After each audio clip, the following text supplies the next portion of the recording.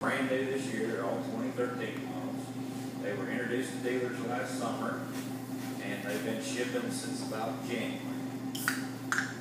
It's the same model number scheme that we've been using for several years now, since about 1995. And that is the first number is the width of the baler, second number is the height, and the last number is the series. So this baler really started out as the 6-series, and we've steadily improved on it now through the 7-series, the 8-series, and now the 9-series. We've made a good baler even better. I told you we had more models than we've ever had. We of course have our 4x4 baler that we've had for several years. A 459 standard, which is this baler with twine only, no frills, just I want to go to the field, bale 100 bales a year for my handful of gals, but I want my own baler. That's really where that standard baler comes in. This is just a regular 459. It comes with net wrap. You can option it up to a baler similar to what you see here. You can get the Megawatt Plus pickup, which I'll talk about. And we got the 5x5 baler, the 459 silage special. Does anybody here baling silage hay? I don't find many people in Mississippi that do, but I always ask. I'll go over what some of those components are later, because there are some benefits in baling in dry crops or somewhat damp crops to those silage parts, so we'll go over that. This 854 silage, that's a European baler that has a pre-cutter in it that's built overseas, and there's a handful of markets in the U.S. that use it, but I would be shocked if you ever see one in this state. 559 silage special and 569 silage special. We've never made a silage special baler that was 551. We started that with the 9-series. And then you have the 469, 569, and premium versions of those balers, which I'll go over. They use a different monitor, have a few more features on them. They're really designed for commercial guys that are baling 20, 30, 40,000 bales a year.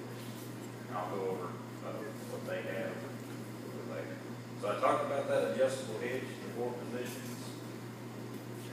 Position 1, top, that's if I got a pretty tall drawbar.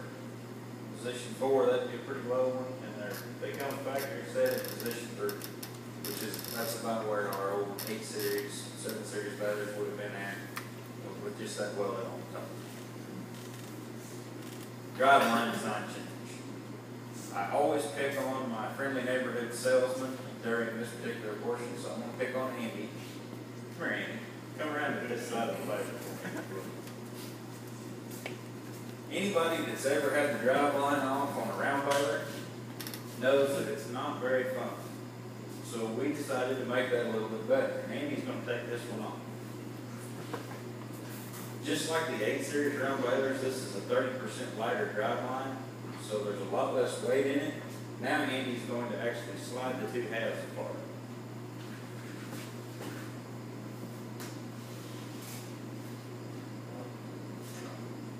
Keep going.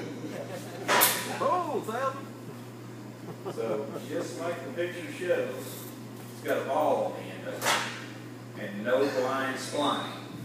It uses, you're going to put it back on, that's the fun part. With no blind spline and a CVU joint, it doesn't matter where we put it back on at, we're going to be fine. So you're not hunting for that, you're not holding all that weight, and doing that balancing act that we've all done at least once or twice. And what I like about it, it's easy enough to sell.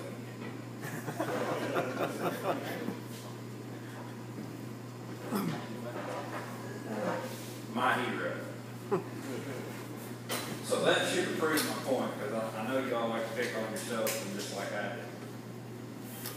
Really nice feature. And we also took that grease interval on that drive line from 8 hours. So essentially one good long day of baling, or a couple of afternoons of baling, to 30 hours. So for a lot of people, that may be once a week, or that may be twice in the whole season, depending on how much hay you put in. Output shaft. On an 8-series round baler, we came out of our 90-degree gearbox, came across that jack shaft, and then we drive our upper drive roll and our lower drive roll. On the 9Series, we're doing the same thing, but we've added a U-joint in there.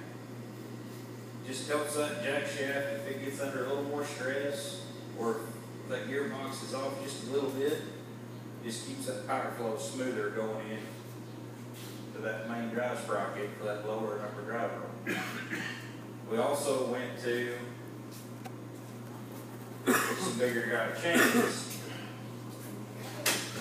not on the 459, but since I've got the 569 flipped around here so you see more Baler and less tractor, these are 80 weight diamond chains now on the 469 and 569, either standard or premium. This Baler's still running a 60 heavy because it doesn't get as much wear or horsepower going through it, not as large a valve. A lot of different factors why we don't have to put the heavy chains on a 4x5 Baler. How many of you are familiar with diamond chain? Typically everybody's heard of diamond. Pretty much your only USA made chain company left, and it has done very well around range. I know of customers out west, so take Nebraska for example, when they were buying 8-series round Balers, they would put diamond chains on when they were brand new before they ever went to the field. Because they got more life out of them, they trusted them. We heard that feedback from customers, so we're putting it on feedback. And if you get the premium Baler, you go from an 80 weight chain to an 8 heavy. So you go from big to bigger very fast when an 80 heavy. We also changed how our pickup is driven. On an 8-series, we drove it off the starter roll. Well, starter roll is this spiral roll right here. I've got crop coming in against that from a windrow. I've got a bale that wants to somewhat ride on it. Got a lot of stress on the starter roll. And we're also driving a pickup off of it. And our starter roll drives off of a 60 weight chain, which I don't have a good picture of. But it is on this side. If you've ever had to change it, it's the 2 sprocket, no link in the chain. That's the slightest sprocket. And we're driving a starter roll and a pickup through that one small chain because that's all the real estate we got. So that didn't work out that great for us. We came out with something better. And we're driving our pickup now with the 9-series in the lower driveway. That's this roller right here. So we're going to go ahead and send all that through that, which has this big chain driving it. Helps us out a little bit on that core glove on that starter roll. The wear on that chain is not very fun to change. New nice feature in the 9-series. We also beefed up a couple of rolls. The number 11 and the number 9 roll carry the most stress. The number 11 being because it's your uppermost roll. The number 9, that lower gate roll.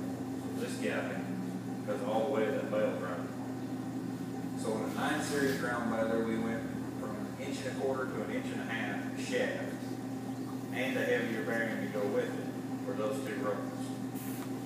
On the premium Baler, it jumps all the way up to 1.75 inches. So your load rating is 60% higher than an 8-series by doing that.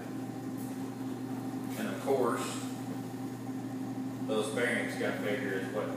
This is a 7 or an 8-series bearing. So that 9-series bearing is going to get out and be about like so. It's going to be a nice improvement there. While I'm talking about change, before I forget, I would be remiss if I didn't give my local parts guys back here, so Lee, a little plug on selling some parts. And I'm going to highly recommend our John Deere chain. This is a graphite lube. So your crop dust doesn't stick to it quite as bad. The chains will pull it in. But the question I have from the group, discussion point is, when do you oil your chains?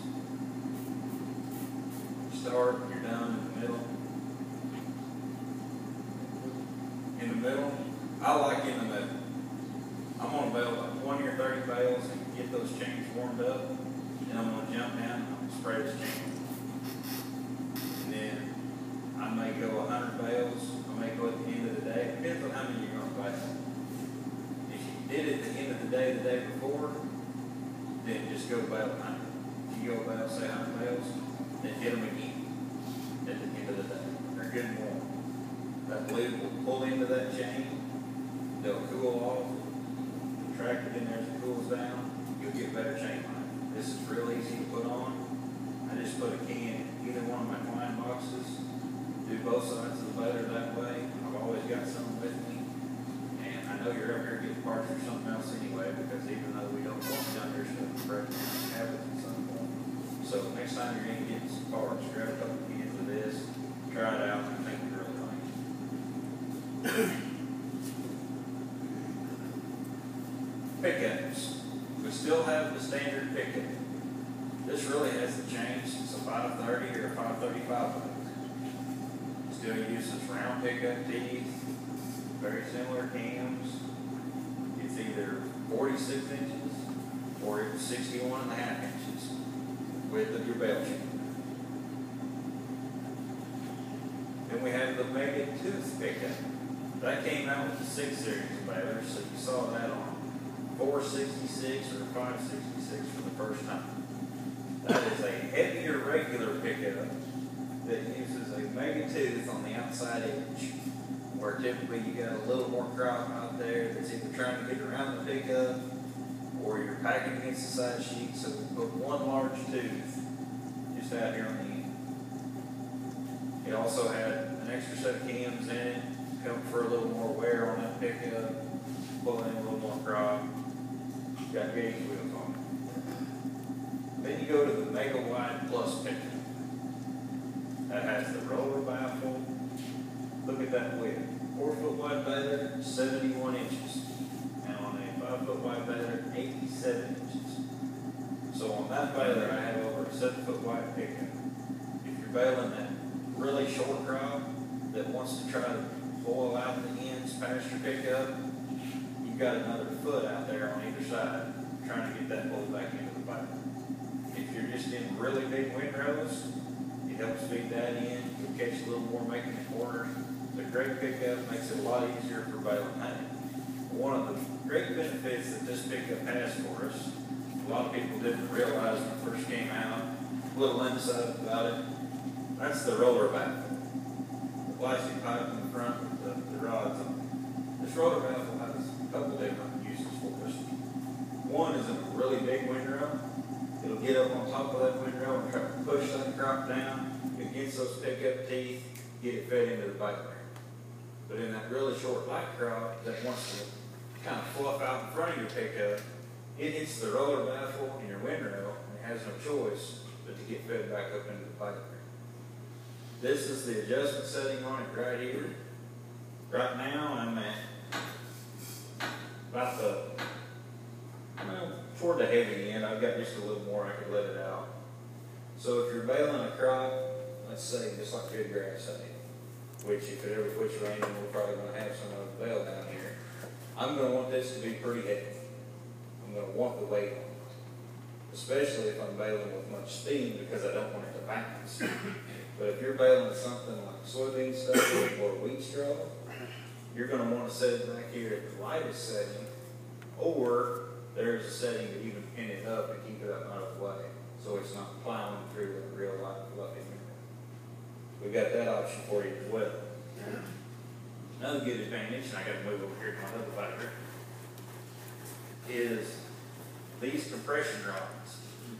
The compression rods follow that roller baffle that I just moved. So they essentially stay at the same spot on my stripper plate, so right at the top of my pickup, even when that baffle moves. So let's say my fist is the baffle, and I move the baffle up and down, but my elbow stayed in the same spot. That's what those compression rods are doing. So on your standard pickup, or your older baler, they had the curve in them, and you pick up a big lump of hay or something, you get them up in there and you hear that click because they're hitting your starter roll.